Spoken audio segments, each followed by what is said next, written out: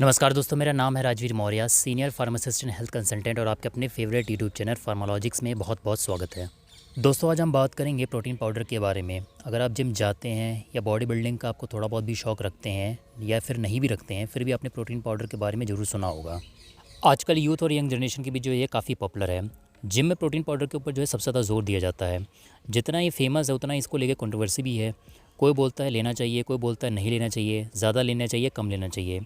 तो आज हम इन सभी कंट्रोवर्सी को दूर करने का ट्राई करेंगे और बहुत ही सिंपल तरीके से मैं आपको बताऊंगा कि एक्चुअल में प्रोटीन होता क्या है, हमारे शरीर में प्रोटीन की क्यों ज़रूरत होती है, कितनी मात्रा में लेनी चाहिए और क्या वे प्रोटीन लेना सही है या नहीं। तो सब कुछ आपको जो है आज मिलेगा। तो चलिए शुभारंभ करते हैं इस वीडियो का। सबसे पहले हम जानते हैं कि प्रोटीन होता क्या है। प्रोटीन बहुत ही बड़े और कॉम्प्लेक्स मॉलिक्यूल होते हैं जिसका बहुत ही क्रिटिकल रोल होता है हमारी बॉडी में। प्रोटीन हज़ारों छोटे छोटे अमीनो एसिड की यूनिट से मिलकर बना होता है और जो आपस में जुड़कर एक लंबी चेन बनाते हैं। प्रोटीन एक तरह का जो है हमारे शरीर में बिल्डिंग ब्लॉक माना जाता है।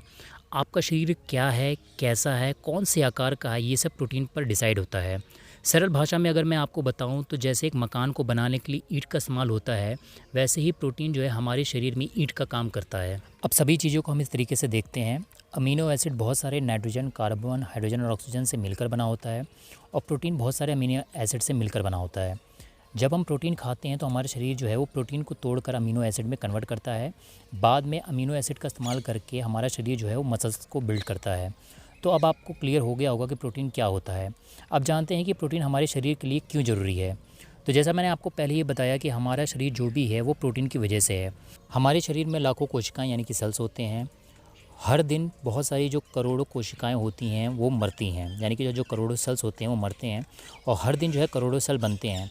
तो जो भी हमारे सेल बनते हैं उसको बनाने की जो जिम्मेदारी होती है वो हमेशा प्रोटीन की होती है। हमारे शरीर में बालों का बढ़ना, नाखूनों का बढ़ना, सबका काम जो है प्रोटीन का होता है। यानी कि जो भी कंस्ट्रक्शन का काम है, शरीर में बालों का आना, बालों का बढ़ना या फिर जो है हमारे नाखूनों का बढ़ना, ये सब काम प्रोटीन का है। जब भी हम जिम जाते हैं और वेट उठाते हैं तो हमारे जो है मसल्स टूटते हैं। इन मसल्स को फिर से भरने का काम भी प्रोटीन ही करता है। तो जिम जाने पर आपकी बॉडी एर्नोल्ड जैसी बनेगी या नहीं, इस बात पर डिसाइड करता है कि आप कितना प्रोटीन लेते हैं। हमारी इम्यूनिटी भी प्रोटीन पर डिपेंडेंट है, यानी कि आपका शरीर बीमारियों से लड़ पाएगा या नहीं, ये भी डिसाइड प्रोटीन ही करता है।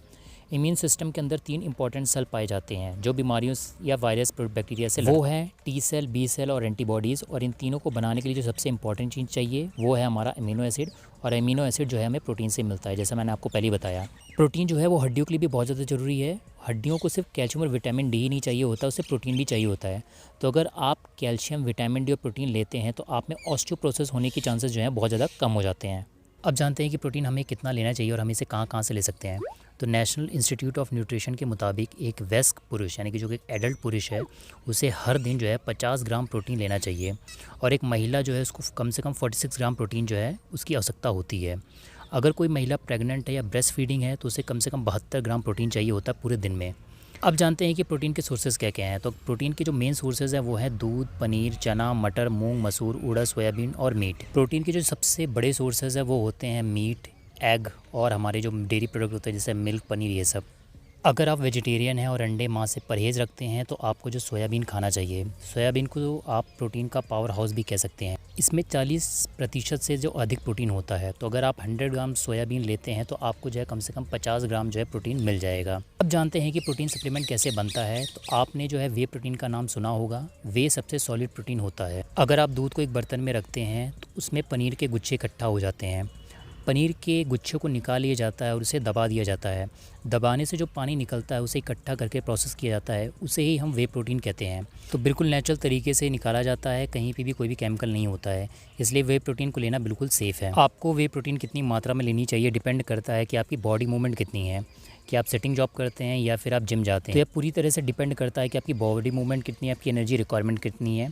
अपने एनर्जी रिक्वायरमेंट के अनुसार ही आप जो है वे प्रोटीन को ले सकते हैं। तो दोस्तों, आपने देखा जो वे प्रोटीन लेना बिल्कुल भी सेफ़ है, इसके अंदर कोई भी केमिकल वगैरह नहीं होते हैं।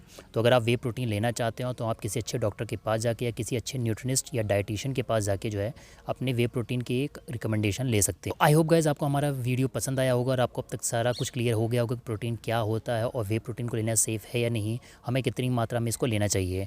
तो अगर आपको हमारे द्वारा बनाया गया वीडियो और कंटेंट अच्छा लगता है तो आप हमारे चैनल को लाइक कर सकते हैं, कमेंट कर सकते हैं, सब्सक्राइब कर सकते हैं। मैं अच्छे वीडियोज़ हेल्थ और हेल्दी लाइफस्टाइल के ऊपर और जो है मेडिसिन के ऊपर डिटेल वीडियोज़ लेकर आता रहूँगा। तो तब तक के लिए जय हिंद, वंदे मातरम, जय श्री राम।